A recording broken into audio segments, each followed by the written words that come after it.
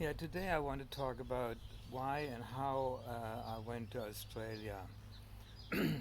Initially, it was in 1970, I think. I was working for IBM in Germany, and I did my courses and the punch card machines, like I mentioned before, and uh, uh, verifying machines and so on. And so anyway, but in order to get into the systems, the learn about to get into courses they were held in Luxembourg, and they were all in English. So I didn't have any English, so I needed to learn from English. So I just tried to figure out, how to best learn it, because I knew I needed to go somewhere where I was immersed into speaking English, and that would have been England, Canada. America wasn't the place because you just couldn't get in. And then one day I met my friend Christoph, who I did an apprenticeship with, my first apprenticeship with, and I knew he had been to Australia, but I just met him by chance, and I mentioned it to him, and he says, "No, no, no, no, you got to go to Australia. That's the best place."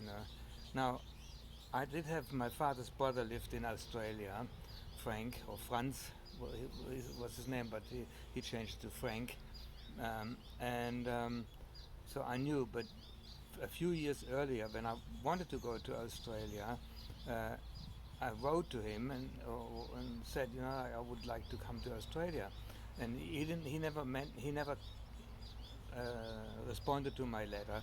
He just sent a letter to my grandmother, his mother, and said, if he doesn't speak English, he doesn't need to come.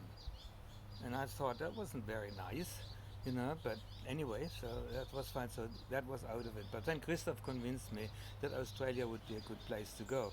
Besides, at the time when I decided to do something like about my English, the winter was approaching, and I thought, well, it was about June, July, and I knew the end of the year because I had 3 months I had to give notice at IBM.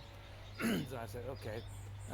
And summer was approaching in Australia, so I said, oh, yeah, maybe not a bad idea. So I put everything into line in order to get a visa for Australia and get accepted and so on and so forth. Everything went fine. Um, my medical was good, and like they just kind. And they also needed my occupation as in electronics and electrician. So that was good. So we did all of that, and that took a few months or a few weeks. I can't remember how long it took. And so I gave notice at IBM uh, to I think it was 3 months. Was I think August, September I think was around. Anyway, so I got notice from the Australian embassy that I could take a flight uh, uh, to Australia on such and such a day. I think it was the 2nd of November or something like that. Okay, so then by chance I met Christoph again, and I said, so yeah, they kind of told me I can fly down there, and he said, no, no, no, no, no, you got to go by ship. Uh, Funny enough, his brother, um, Otfried, I think, also went to Australia at the same. He left on the 10th of November on a migrant ship, and the thing was, there was no more room on the migrant ship. That was it. So I had to fly.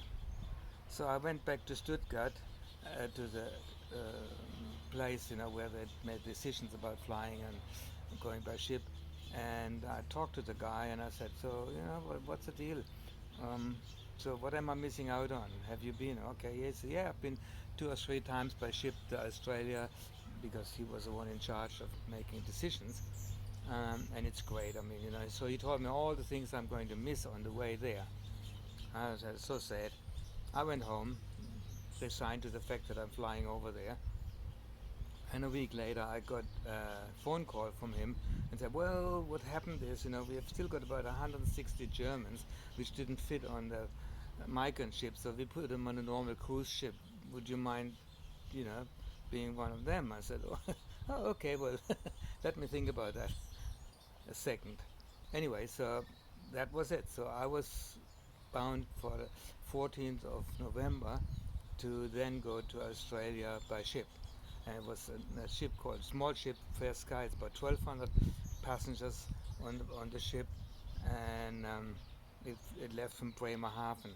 What happened was the ship was normally going to Rotterdam, and from there to Southampton to be restocked to go back to Australia. But because they have to get all these migrants, and so they went from Rotterdam to Bremerhaven and then to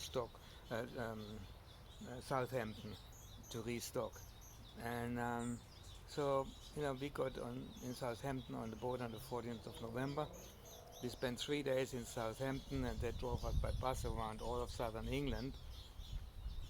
I had been there before, once before, because I was trying to work on a ship, and so I went to Southampton before, but no English, nothing. It wasn't kind of, I couldn't get my way around, so I went back home.